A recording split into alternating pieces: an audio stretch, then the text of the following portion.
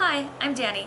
I just wanted to take this time to do a quick content warning. We are going to be talking about some pretty heavy stuff. We're going to be talking about depression, stress, and a little bit about suicide. So if those things are triggering or make you uncomfortable, feel free to go watch any of our other videos that are definitely a lot more lighthearted. Thanks for watching. Brody! How's it going? Welcome to BaSex. I'm Jade. And I'm Dani. We are sex educators and trainers for Enchantisy's Intimate Boutique. We're also married, and in our free time, I really enjoy playing way too much D&D. Is there really any such thing as playing too much D&D, though? It is when you have like so many different games going on and different versions all over the place. Like That's it fair. gets tedious, but In this episode, we're going to be talking about the super exciting sex and depression. Finger guns. so there's a lot to kind of talk about. One of the things that we want to really bring into is our experiences and how they It's going to be differ. personal, yo. So, what do you want to say on this? Okay, so for starters, I think we'll give a little bit of a background. So we've both had depression for a Number of while. years, yeah. I want to say for me it's been about 10 years. Not all of it has been diagnosed. But like, I might be going on yeah. almost 15 a little bit. Yeah. Depression's fun, yo. Recently I've started therapy. That's going great. I'm also going to be starting antidepressants, so we will make an episode later about that. I've never personally done antidepressants, and I don't suggest this for anybody. If you're going through depression, please get help. But for me, I somehow managed to work my way out of my depression myself. I don't have a solution as far as what I did for mine. Mine was more of a... Just a thing that happened. That Well, he did. it was kind of... Really with mine, it was kind of more of like I continued looking into more like of a spiritualistic side of things, meditation, and I kind of just came to a capability of kind of moving past it, and it's not necessarily an option for everybody. Like, by all means, I encourage you to go out and explore your options, but it's still one of those things that you should always seek professional help anytime you're suffering. Yeah, for me, I didn't. Like, I have had some spiritual aspects, but over the years it's gotten progressively worse for me, so I have finally decided to get help.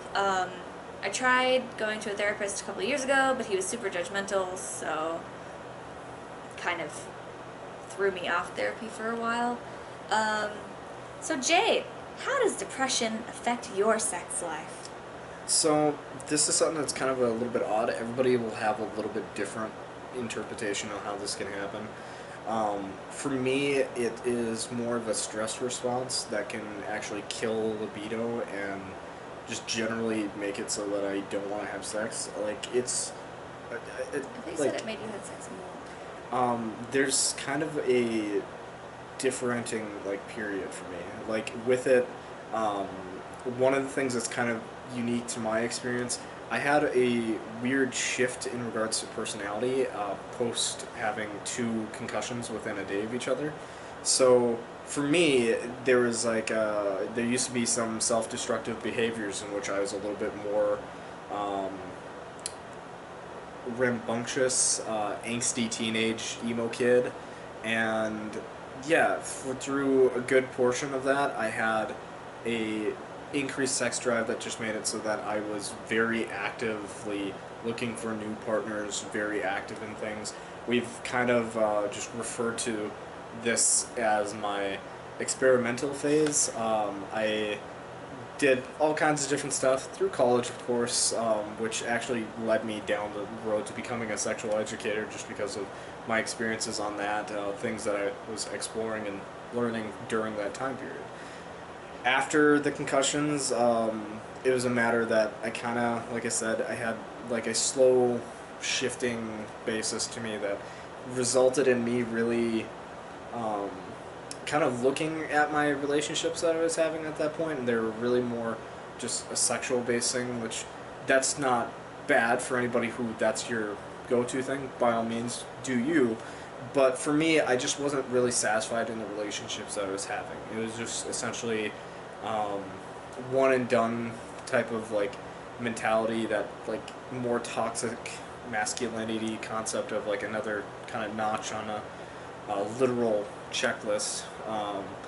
But the basis onto it was I started looking into it and just realizing that I had a general sense of loneliness. There wasn't any fulfillment out of those relationships, which once I had that realization, anytime I started having sex just made me feel guilty about the sex that I was having. So that led into that depression, which was during this weird kind of transitional period. So like I would actively seek out more sex, trying to make myself feel better, making myself guilty, thus increasing the depression, making me want more sex. And it took me a while to identify that cycle, and once I did, I then started realizing that sex made me depressed, in that concept of if I'm already depressed. And once I had that, there was this almost like switch that just kicked in my mind. That was just this idea of like, if I continue doing this, it's going to make my depression worse.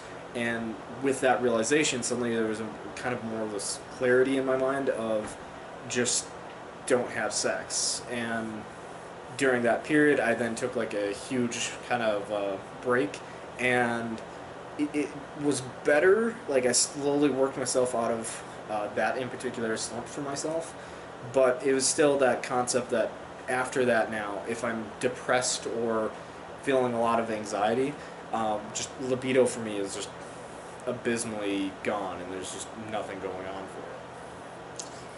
For me, I definitely don't have as much to say. So, my first sexual experiences coincided with the onset of my depression, but it wasn't nearly as bad back then. Um, so, I don't know about how it affected me then, but now I kind of have the opposite of you, whereas like sex makes your depression worse, sex makes mine better. Like sex for me gives me a mood boost, it gives me a like a self-esteem boost, it makes me feel better about myself, which, don't worry, we'll be talking about that in therapy lately. It's probably not necessarily the most healthy thing. But I mean, that's pretty normal for sex in general, is that it does give you those happy, good feelings and it makes you feel good about yourself. That isn't to say that I necessarily use sex to do those, it's just a happy side benefit. But depression for me definitely also, or definitely not also, lowers my libido dramatically. And I think that it acts as a stressor. So in Emily Nagoski's Come As You Are, she talks about your sexual accelerator and your sexual brakes. So instead of having a libido that's a drive, it's more almost like a car. So certain things can act as like an accelerator, which makes you like want sex, and certain things will act as a brake, which will make you not want sex. So depression is like faux show a brake for me. So like the basis on there, because you're saying you notice that you seek out more sex though when you're in a basis, no? No, So, definitely like, not. Like I don't want to do I don't want to do the bang when I am the depressed. So like a lot of times that's like what I've seen like a lot of within the store, but there's plenty of people that will kind of have the exact opposite, in which they identify it as just like kind of stress relief. So they seek sex out as a means of a stress relief, just kind of a more of a stress avoidance. They're trying, whatever their stressor is, they're trying to distract themselves from it. That is one thing that I find interesting. For me, when I'm stressed, say it's a busy season for the store or there's some personal stuff going on, my libido does go up, um, because I want those happy, feel good stuff. But depression specifically makes it go It's down. just a break, yeah. Yeah.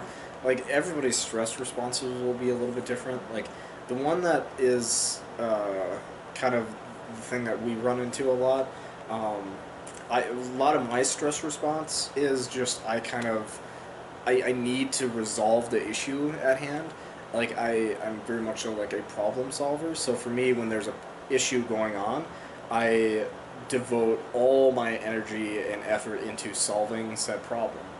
So for us, it can kind of be a little bit almost of a like just kind of a bummer from now and then. And it's funny because it can actually be almost like a depressing for me because I kind of judge myself onto it. But there'll be stressors. I mean, we're working in the same environment in store.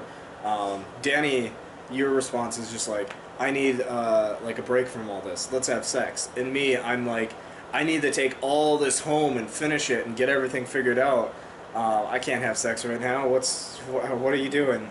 And the downside onto that is that, like, for me, I look at myself and I'm like, I'm not like It's almost like a performance anxiety. It's just like, I'm not performing for you. I'm not doing what I'm normally doing. So I then criticize myself, bringing me into like a depressed stupor that lowers the libido, continuing the problem. And it's not until I really take 2 seconds to like step back and I'm like, okay, I recognize everything that's going on, and when I recognize it's going on, I usually can just kind of pop out of it and be like, okay, well let's just set everything aside for now and just have some fun. And like it's I don't want to say it's easy. It's not. It's just one of those things that you really need to be able to understand your in particular situations and how your depression and stress response work. And if you're willing to work around those in particular little hiccups, there's always options available for you. For me, it's one of those things where I work upwards of like 80 hours in a week at like the high points. So it's crazy to think that I'm still taking work home with me when I have all this other stuff to do. So like one of the big things I really just try to do is prioritize and recognize, like, if I do the thing that I'm trying to do, will that actually make this situation better?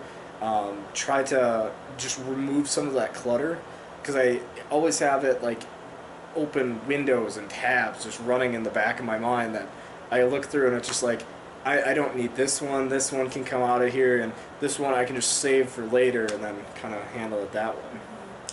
How do you work through it with yours?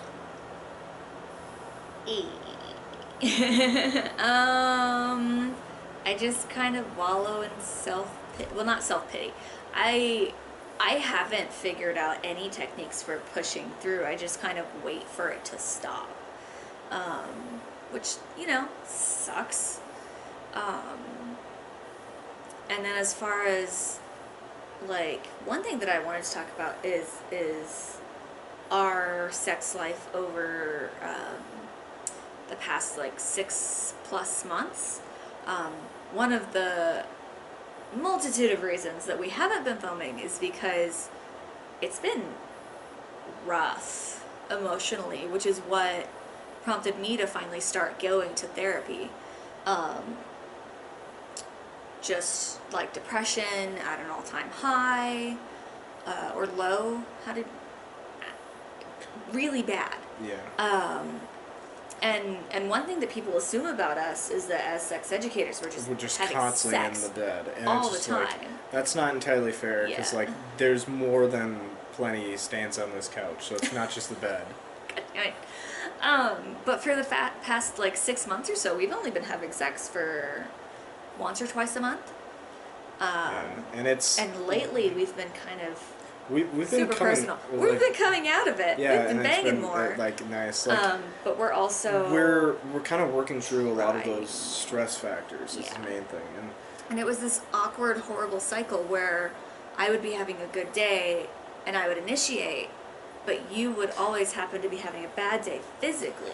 Yeah, one of the differences that we run into a lot, like I have a lot of just past injuries and chronic pain into things. Like I'm saying this right now. I just had my tooth physically pulled, and that's not even like the worst thing I'm experiencing right now. It's just like chronic headaches. I have like a shoulder that'll dislocate on me, and it's all depending on how much work I'm doing in a particular week. Which, like I said, I work quite a bit.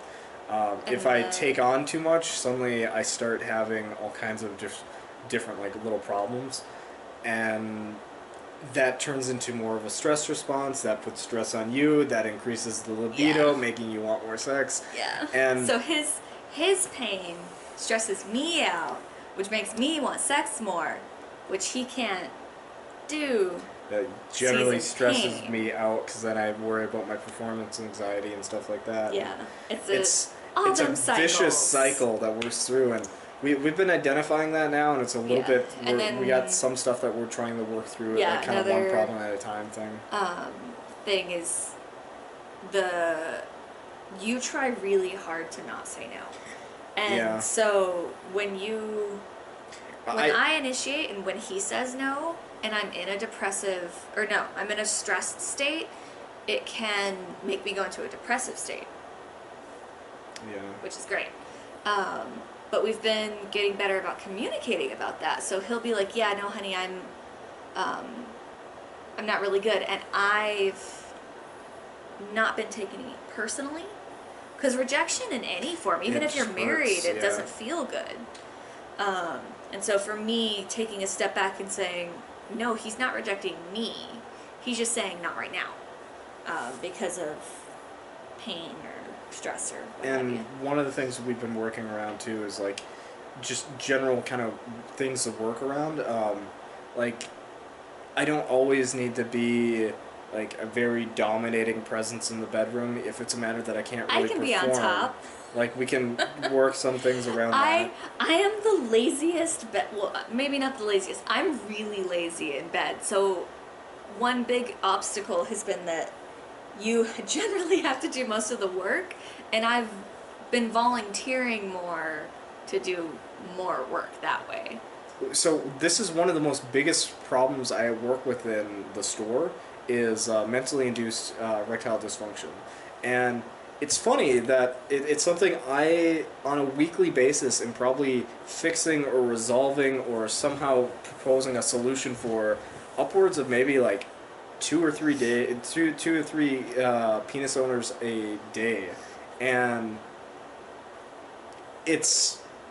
for me, it just always boggles my mind of like when I can solve that for everybody else, and then I get stuck in those same like patterns. So like things like that, when it's a matter of like just the stress response is causing like a block on that. Like the big thing I really try to recommend for anybody, just a small like penis pump and cock ring combo, just for the sake that you have the capability of producing an erection on demand when you need one, and then a cock ring for basically like 20 minutes of like play.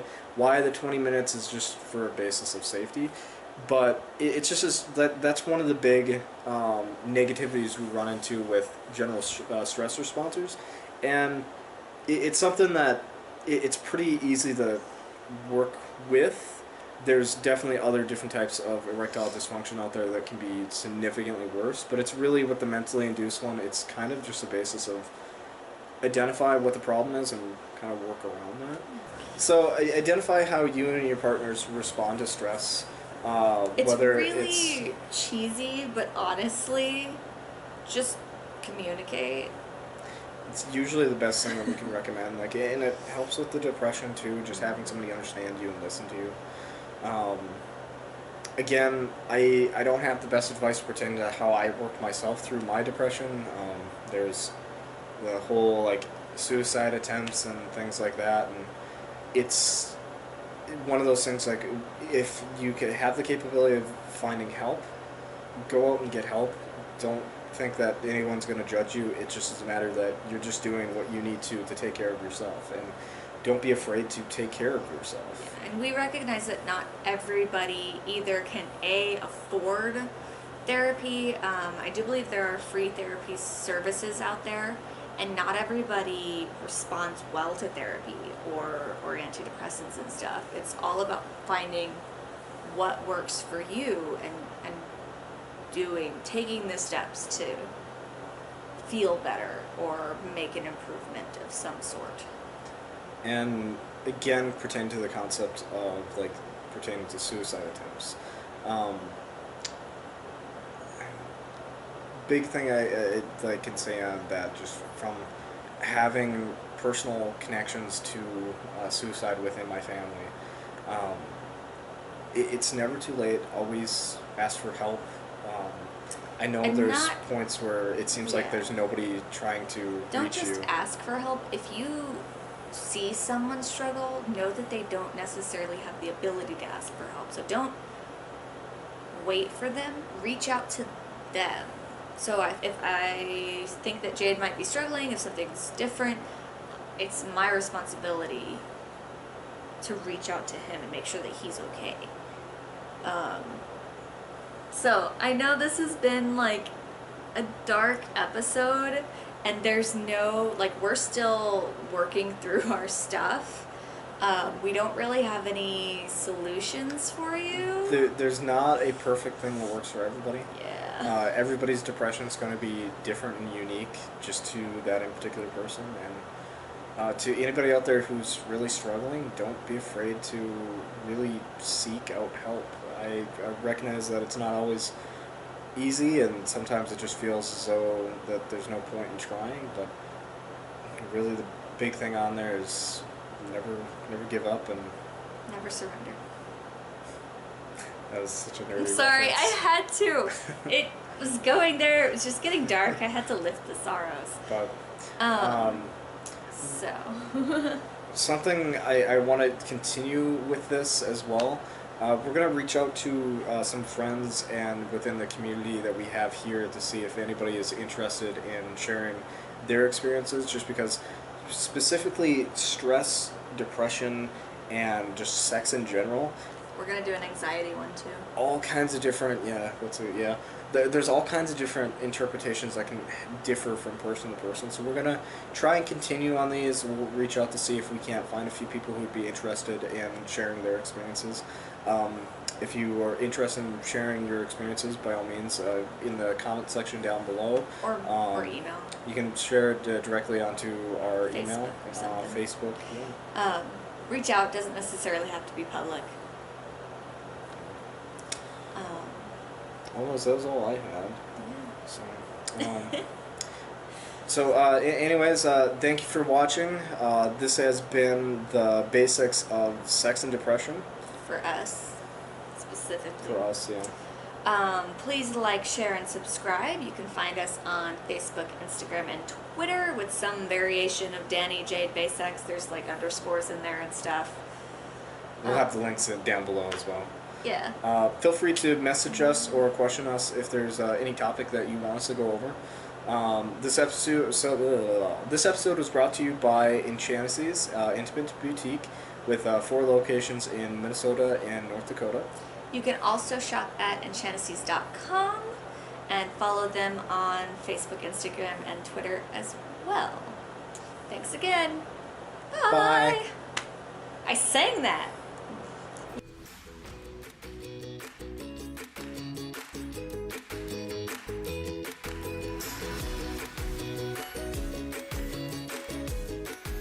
Yeah, no. No? No, put it down. Ugh.